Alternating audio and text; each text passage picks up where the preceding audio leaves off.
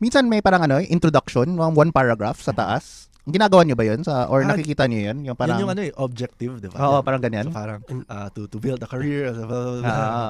So important 'yun. Ako hindi ko na siya sinasama. Though nasa LinkedIn ko naman siya. Pero parang resume parang hindi siya ganun ka-important. Siguro kung hindi pa ganun, wala ka pang masyadong ma-populate sa resume mo. Yeah. You can add that. Pero if you're trying to fit in everything in one page, which is I also recommend, I guess it's not really something I would put na.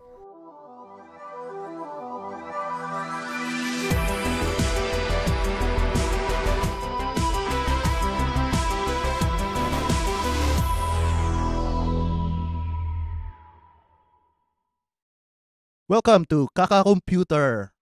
Hello. Today, gusto mong pag-usapan yung pag-build ng tech resume. Yan, maganda yan.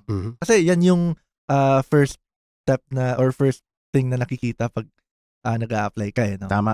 So, tingin nyo, ano dapat yung mga elements na dapat nilalagay natin sa resume to make it stand out? Ako usually, I came from a different background. Sumali kasi ako ng mga hackathons.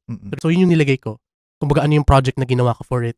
And then kung ano yung naging parang participation. Right. Ako naman, as over time, kapag medyo senior ka na, ang gusto kong gawin is yung last 10 years lang yung nilalagay ko.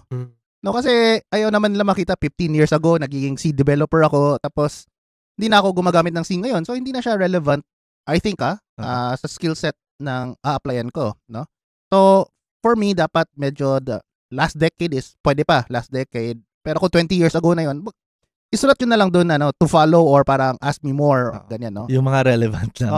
And also, ito din pala, sometimes you have to modify your resume based sa pag-a-applyan nyo. Yeah. Like, may resume ako for teaching, may resume din ako for a managerial position. No? Actually, yun din. Parang meron ako for UX, meron ako for dev. So, you customize your resume based sa company na ina-applyan mo. Tama. And then, syempre, I think majority din ng mga audience natin hindi naman senior level or parang limited lang or walang experience at all. Ano ba yung pwedeng ilagay nila sa resume nila provided na wala pa silang experience ganun? Ako, I think for me, kung medyo baguhan ka lang talaga, the capstone projects are also good to place, right? Your repos are also good to show. And I think for this is just for me, when I interview naman, and alam kong medyo bago, hindi naman din ako super strict maghahanap sa resume. Pero ang gusto ko lang din makita sa resume nila is at least kung sobrang basic na experience mo, gandahan mo naman yung format ng resume. Make sure na walang spelling error kasi konti na nga lang pwede mo ilagay, magkakamali ka pa, no? So, if bawiin mo na lang sa presentation or at least pag-view na maganda, easy to read, no? And siguro kung student ka din, no, siguro you can include yung mga organizations na kasama ka, like na related naman to the job that you're working for, whether it would be a organization ng IT or computer science na org, pwede mo din ilagay doon, no? Right. Ako, ito may hot topic ako para sa inyo, no? Since nandun na tayo sa resume na yan, ito mga certificate of participation or certificate of attendance, isasama nyo ba or advise nyo ba isama to sa resume? Attendance.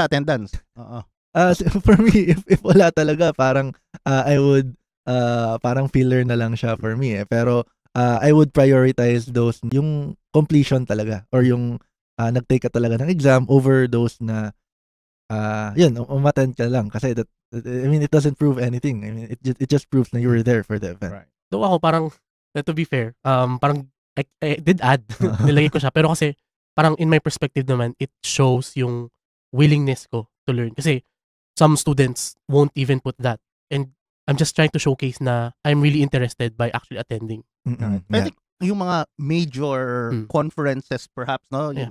Alam natin, kunwari, may annual big event na 100, 200 people. Those can be the ones that we place. Yung it shows na you are willing to, especially if may bayad yung event na yun, you're willing to spend to learn or, so those I think I appreciate, I value. Yeah, kasi you actually invested your time na to attend those events. Yeah, the big ones. Now, we've talked about yung mga ilalagay sa resume. How about yung mga mga mistakes na nagagawa or mga hindi na dapat nilalagay sa resume? Tingin niyo. hot take, no? Pero yung scroll bar, yung progress bar. Yung based on Oh, skills. yeah, I super agree. Yung mga may mga pa-chart Oo. pa na hindi naman quantifiable, 'di ba? Mm. Yung may mga ganun progress Yeah, bar. I think instead parang mas okay na parang how did they use that technology instead of like parang progress bar na parang 80%. Parang self-assessment ng 7 out of 10 ka lang. On what basis? Oo, medyo mahirap nga yun. Yeah. Anyway, if gusto naman ng interviewee itanong yun, itatanong naman niya, parang, hey, how would you rate yourself? Ganyan. I think, no? So, avoid that. Ako, it might just be me. I don't also necessarily want you to put in your reference na kadugo mo. Yung nakita mo yung title, yung pangalan niya, last name, tapos yung reference niya, last name lang din niya. Or at least ka-family member mo. If you wanna put a reference, make it good. Like, kitang-kita doon na parang, like, your professor mo doon. And your supervisor. Supervisor. Your colleague, ganun, diba? Yeah, colleague. Impressive sa akin if merong pang, yung supervisor itself. Kasi, it shows na the supervisor technically knows na paalis ka, no? And you have the backing of the supervisor. Yeah. And inform them. Yeah, pero ako naman doon, hindi ko nilalagay yung reference on my resume. Parang nilalagay ko lang na character reference available upon request. That's true. Yeah. Kasi nagtitake siya ng too much space and then parang privacy na rin na nilalagay mo yung contact number nila and then I guess email address nila doon. And speaking about mga mali, the most crucial thing na dapat hindi mo mistake is yung contact number tsaka email mo kasi diyan mag-reach out yung yung recruiter. So baka magtataka ka ba't wala pa rin mali pala, may typo pala. Meron pa yung parang this is to certify that this information is correct. Like of course. Diba? Yeah. Cover letter ba important at this point? Some companies request for it pero ako personally hindi naman ako nagko-cover letter. Siguro what's important is pag nagsasend ka ng email, not necessarily the letter but the body doon sa email mo. Kasi this is what I see most people do. They just attach their resume. Blanco. Attach lang ng resume. Walang subject, walang body. And then, what are you kung ikaw yung hiring manager, what are you expected to do with this? Diba? Hindi mo alam na ito pala yung position na ina-applyan nila. So, at least have some context, no? Or add some subject or body doon sa mo. Right. I'd like to thank our sponsor for this episode, White Cloak Technologies. And reach out to them. They might be hiring or they also have a White Cloak Academy as well. Thank you, White Cloak. Now, kanina we talked about customizing yung resume natin for each application. Now, do you think it is really important talaga? And have you had success by customizing yung resume mo? Hindi ba nakakapagod yun? I think as I like I said earlier, hindi naman siya necessarily per company unless dream company mo talaga, no? So if dream company mo yan, then definitely customize it to that level. But at least have some fielding, no? Like I said, mine is I have one resume for teaching, one resume for to highlight my managerial skills, and maybe one resume if I want to go to individual contributor. And I believe that was also mentioned, no? What I want to place here is that when you customize, also add the highlights or the description of the jobs that you did must be also targeted to the position that you apply. So, you're saying na categorize talaga. For me, para at least may base ka lang. Yeah. So, given na usually some employers upload your CVs in a tracking system.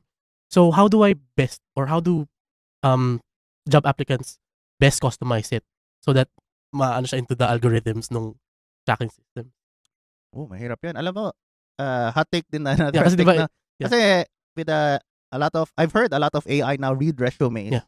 And medyo yung iba ginagawa nila which I don't advise by the way is naka-white text against white background daw para hindi mabasa na. Pag nag-print hindi mabasa. Pero parang may hashtag doon sa dulo, ganyan, no? Para lahat ng keywords ma-hit daw.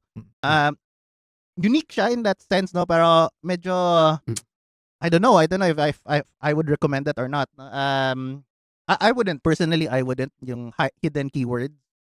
But I think one of the things I want to add here is that I keep my resume updated, even if I don't want to change jobs, because while there's a new project, it's fresh, and I have a contribution, I want to place that there already. But while I know the metrics that were done, that has happened, how I contributed. Para fresh pa. Oh, para fresh pa. Not when, later on, I'm thinking, what did I do in the past company? Yung lilipat ka na, tapos dyan mo pa isipin, ano nga yung na-contribute ko dito, di ba? So, if it's a job portal, then update it lang, even if you don't plan to change jobs. Right. And then, speaking of, since we're talking about ATS or, tracking system, ano ba yung best format ng resume? Kasi maraming templates online Maraming, ano ba yung pinaka-effective na format in building a resume? Mahirap yan. I think, ako, I prefer, if possible, if kaya, ipasok sa isang page. If let's say, ma-misprint yung resume mo at hindi ma-print yung other pages, na yung first page lang yung makita or ma-print, or first page lang yung madala, it's enough already to convey your skills. Now, ikaw ba? May format ka ba na particularly? Ako, I follow the Harvard format. Meron ba? Sa resume ko. So, if quick Google search lang, lalabas niya. So, parang straight to the point na kasi siya So, andyan na yung work experience mo, educational background, and then clearly readable siya, and then it passes the ATS. So, ano siya, parang malinis lang siya tignan. And dati kasi yung resume ko, if you search resume template, at the top of the search results, may makita ka doon na sobrang colorful, na parang parang hindi pang IT na role yung So I guess it also depends on the kind of job that you're applying for. Of course. Yun. I wanna ask, minsan may parang introduction, one paragraph sa taas. Ginagawa niyo ba yun or nakikita niyo yun? Yung parang, yun yung objective, di ba? Oo, parang ganyan. Parang to build a career. Important yun. Ako hindi ko na siya sinasama. Though nasa LinkedIn ko naman siya. Pero parang resume, parang di siya ganun ka-important. Siguro kung hindi pa ganun, wala ka pang masyadong ma-populate sa resume mo, you can add that.